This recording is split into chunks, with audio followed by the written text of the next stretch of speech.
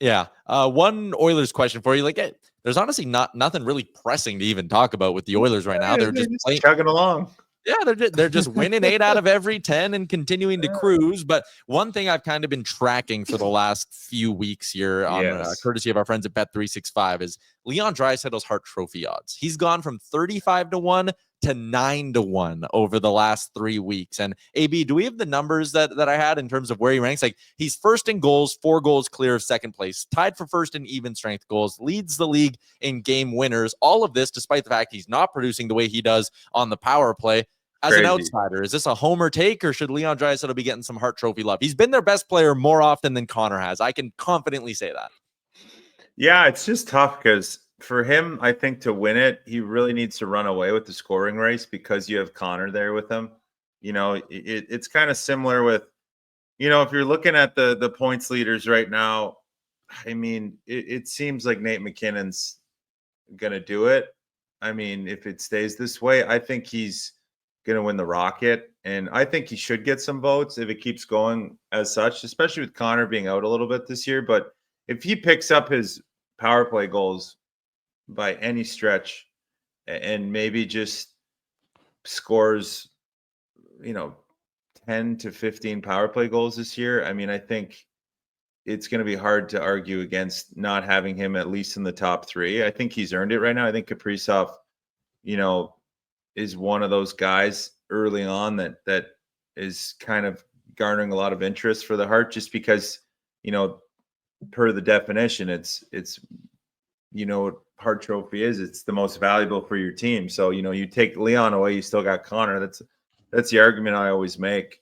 But I do think Leon deserves to be in that conversation. He's been great, fantastic. And if you look at his line mates for a lot of the year, yeah, he's been with Connor, but he's been playing with some lesser guys than he has in the past. So I think, and he's kind of, you know, we kind of talked about the starting of the year about Leon, you know, lifting up his line mates.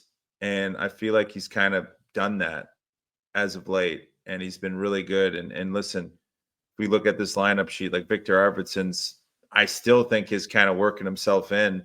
He's played good at times, and then you got, you know, Podkolzin, who, I mean, he's willed his way onto the second line, but it's tough. Like when you look at these line mates versus other guys in the league that are playing with top guys, you know, you look at the McKinnons with Rantanen and Lehkonen or Drouin at times and Nichushkin now, and it's like, I think it's valid to put him in there. So I think it merits that he's down to 9-1, and I would probably, if he keeps his pace, he'd be in that top 3. He's going to get some votes, I think, for sure.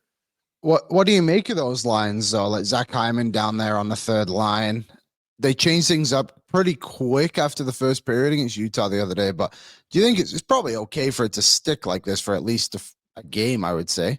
Yeah, I mean, but you know, like you guys know, and all the Oilers fans, I think the Oilers team is probably one of the only teams in the league where I don't even look at the lineup card because everybody plays with everybody. And, you know, it's only a matter of time before you see Hyman, McDavid, Draisaitl at times. So I think they do a good job of mixing and matching lines. And it's pretty unique. Like not many teams do that. A lot of teams just stick with it. You know, this is one of the teams in the league where you might see Henrique up on the second line. You might see Janmark go up on the first line. And that's unique. And that's what makes them so dangerous, I think, is everybody's kind of comfortable playing with everybody. They might not produce at certain clips together, as well as, you know, if you have like Janmark with a Connor Brown and Henrique, when they're going, but they can play everywhere. So you have a lot of like utility guys, and I think that helps them more. And you don't see that much in the NHL. You don't see it, and not only you don't see it working. What's up, Nation citizens? If you like that video, then you need to be subscribed to the Oilers Nation YouTube. Podcasts, live shows, exclusive interviews, and analysis. Everything you need from your favorite voices at Oilers Nation. And you don't want to miss any of it, so hammer that subscribe button.